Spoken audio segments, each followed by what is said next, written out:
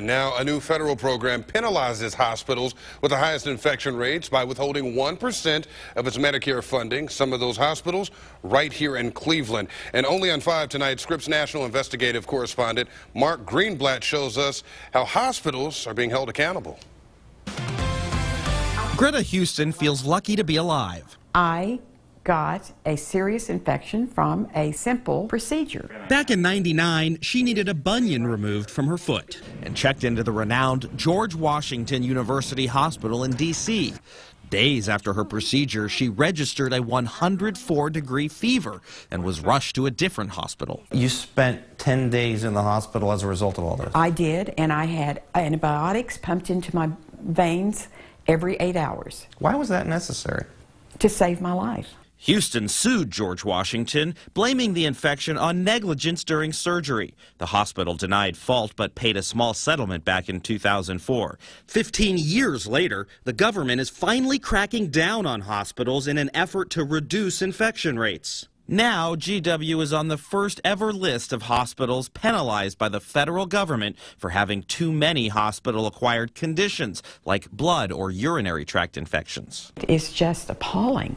But turns out some of the nation's biggest and most well-known hospitals joined George Washington on the federal government's list of poorest performers. Medicare withheld money from the Ronald Reagan UCLA Medical Center, the Cleveland Clinic in Ohio, and even the Yale New Haven Hospital. It's part of a Get Tough approach the Centers for Disease Control supports, saying more than 700,000 patients still acquire hospital infections each year. Around 70,000 of those people will die while they're in the hospital. We traveled to CDC headquarters in Atlanta, where Dr. Arjun Srinivasan told us hospitals can often take simple steps to lower infection rates. As many as 70% of those infections are preventable through relatively simple and straightforward practices. Like more rigorous hand washing rules and removing catheters from patients sooner.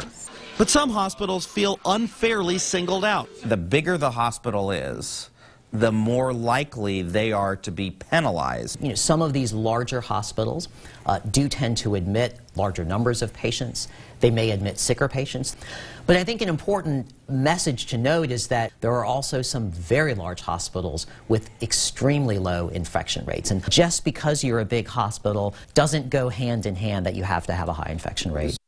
The penalized Cleveland Clinic says that it's implemented a number of projects to drive improvement and reports seeing what it calls a dramatic reduction in the number of hospital-acquired conditions. Mark Greenblatt for the Scripps National Bureau in Washington. So we have created an online search for you to help you find the HAC scores at local hospitals to see how your favorite hospitals scored out. We have it for you on that NewsChannel5 app.